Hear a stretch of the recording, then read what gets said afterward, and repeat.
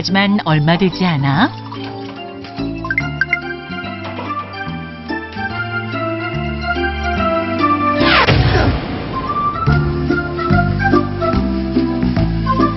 입금이 조금만 늦어도 전화로 추심이 들어왔고 이자는 눈덩이처럼 불어 아무리 갚고 갚아도 이자를 감당하기 어려운 상황이 됐습니다. 누구세요? 급기야 집까지 찾아와 독촉하는 상황.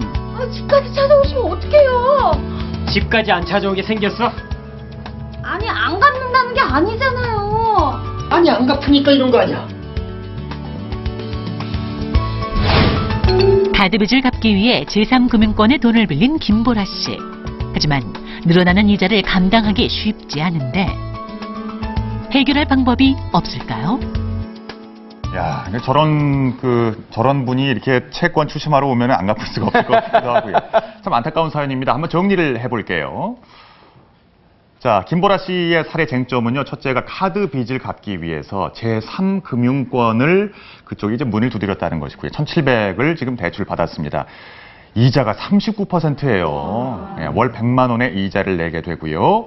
그리고 월급으로 이거 뭐 생활도 안 되고 또 이자도 감당하기가 어려운 상황이네요. 그야말로 밑 빠진 독에 물 붓기다. 내가 볼 때는 나중에 이제 이자도 못 갚을 상황이 올 것 같은데 일단 잘못했죠. 뭐 백 같은 거 사느라고 저렇게 카드를 많이 쓰셨으면은 그래도 저런 분들이 늘어나면 대한민국 경제가 건강하지 못하니까 자 이것도 해결해 주시죠. 어떻게 하면 되겠습니까?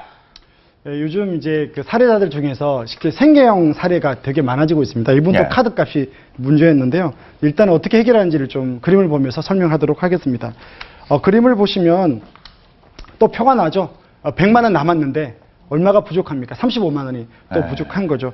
그래서 VCR을 본 것처럼 사례자의 경우 200만 원을 벌고 있고요. 처음에는 월세 45만 원을 내고 생활비를 쓰고도 100만 원이 남았습니다. 사실은 미혼 입장에서 월세를 내고 나서 150만 원이 남으면 좀 충분할 것 같거든요. 근데 이제 무분별한 카드 사용, 명품 가방 이런 걸 쓰는데 이분 같은 경우는 할부가 문제였습니다. 왜냐하면 200만 원짜리 가방을 사는데 무이자 할부 10개월 걸으면 월 20만 원만 내면 되거든요. 그럼 100만 원 남는데 20만 원 정도는 낼 수 있다라 생각을 하는 거죠. 네. 그러니까 우리 내가 그렇게 기획을 하고 있는 거죠. 근데 그렇게 해서 조금씩 늘어나면 나중에 돌아오는 건 20만 원이 아니고요.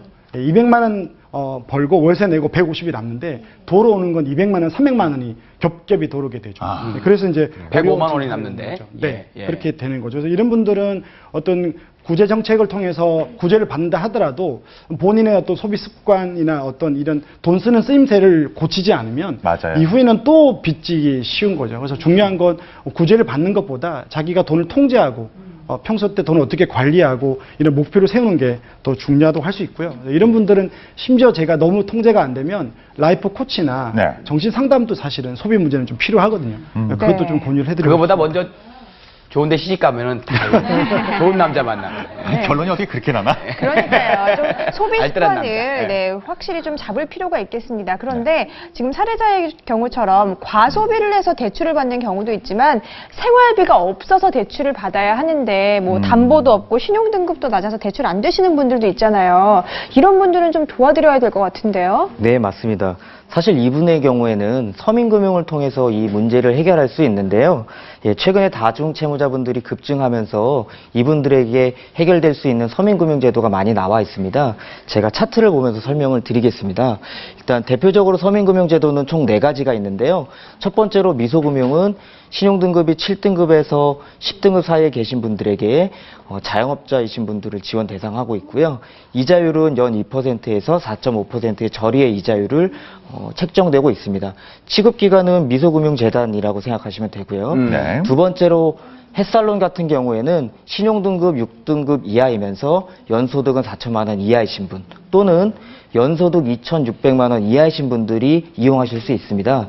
금리는 10% 내외로 정해진다고 생각하시면 되고요.